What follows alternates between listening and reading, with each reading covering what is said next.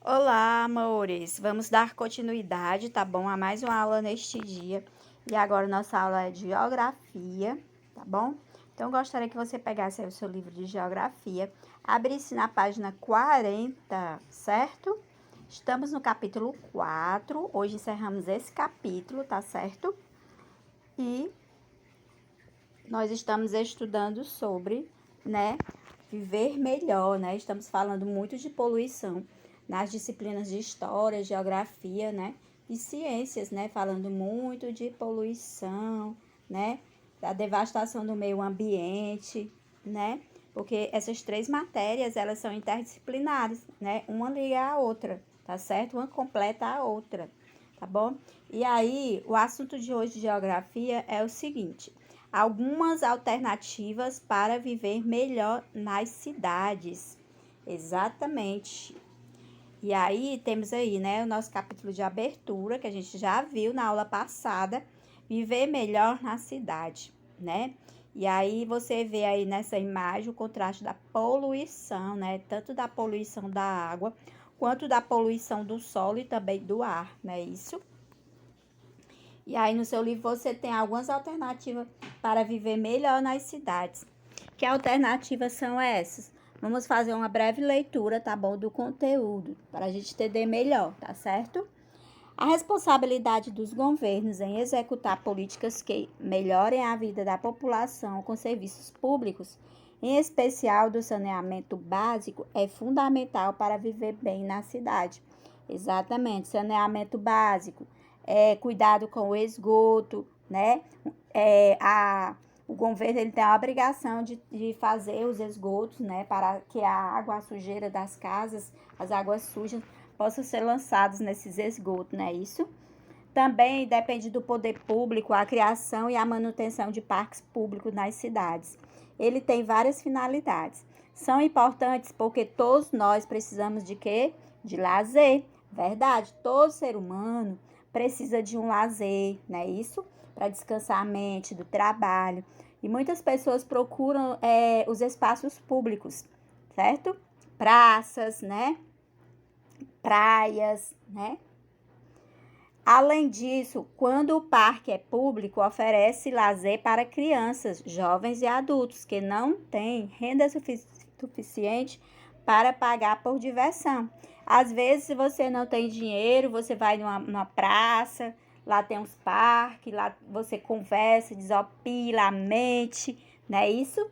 Público sem pagar nada, não é isso? Nesses espaços encontramos ainda vegetação, que atrai animais, pássaros para os espaços urbanos.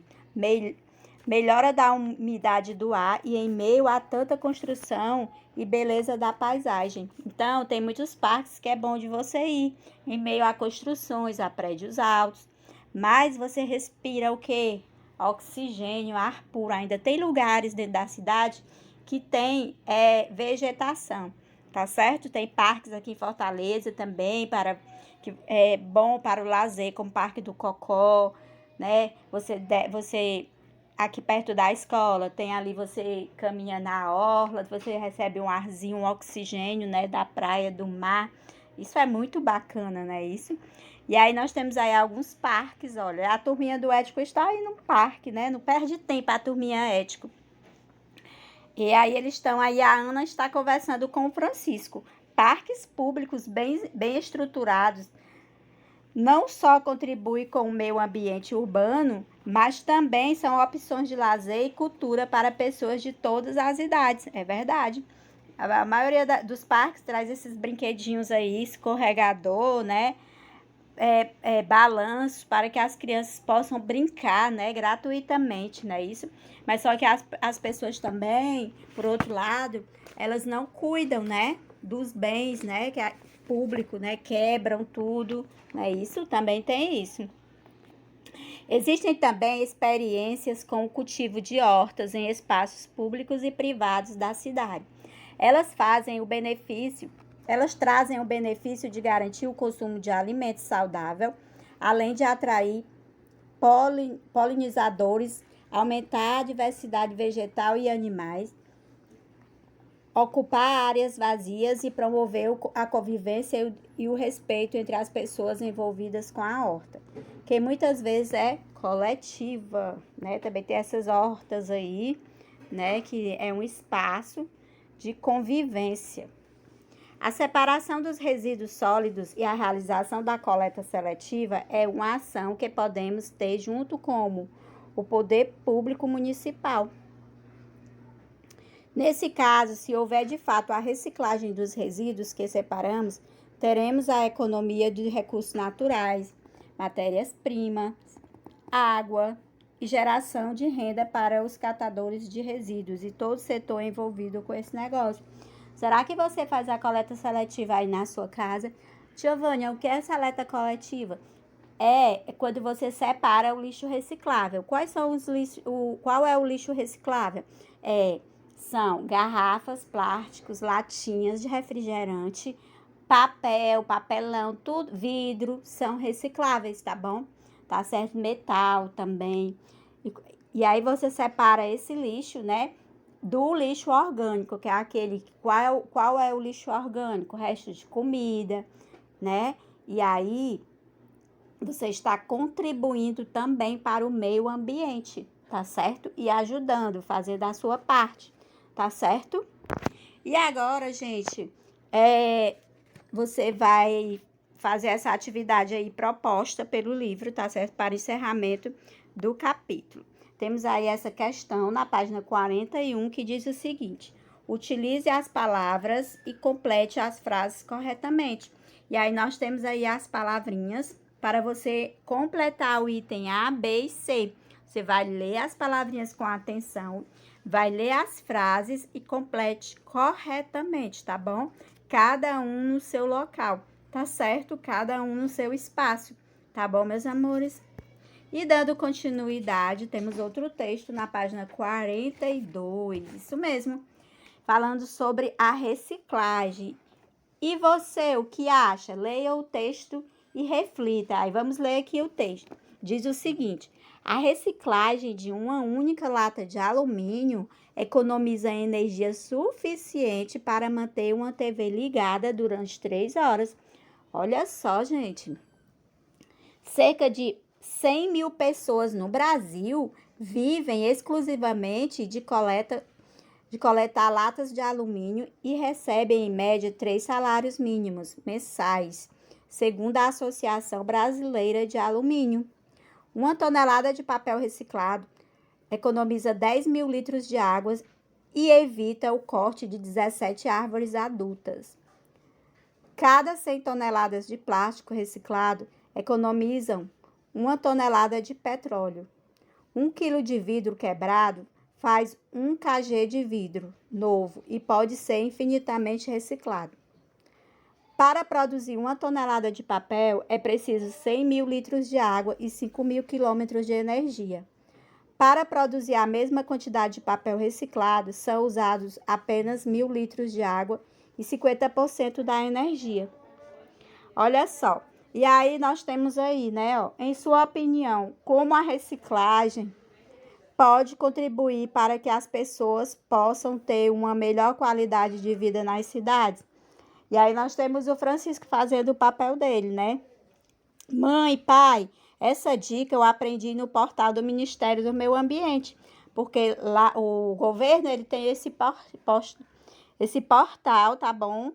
Que ele dá dicas de preservação, tá certo? Ele dá várias dicas muito bacanas sobre preservação, sobre reciclagem, certo?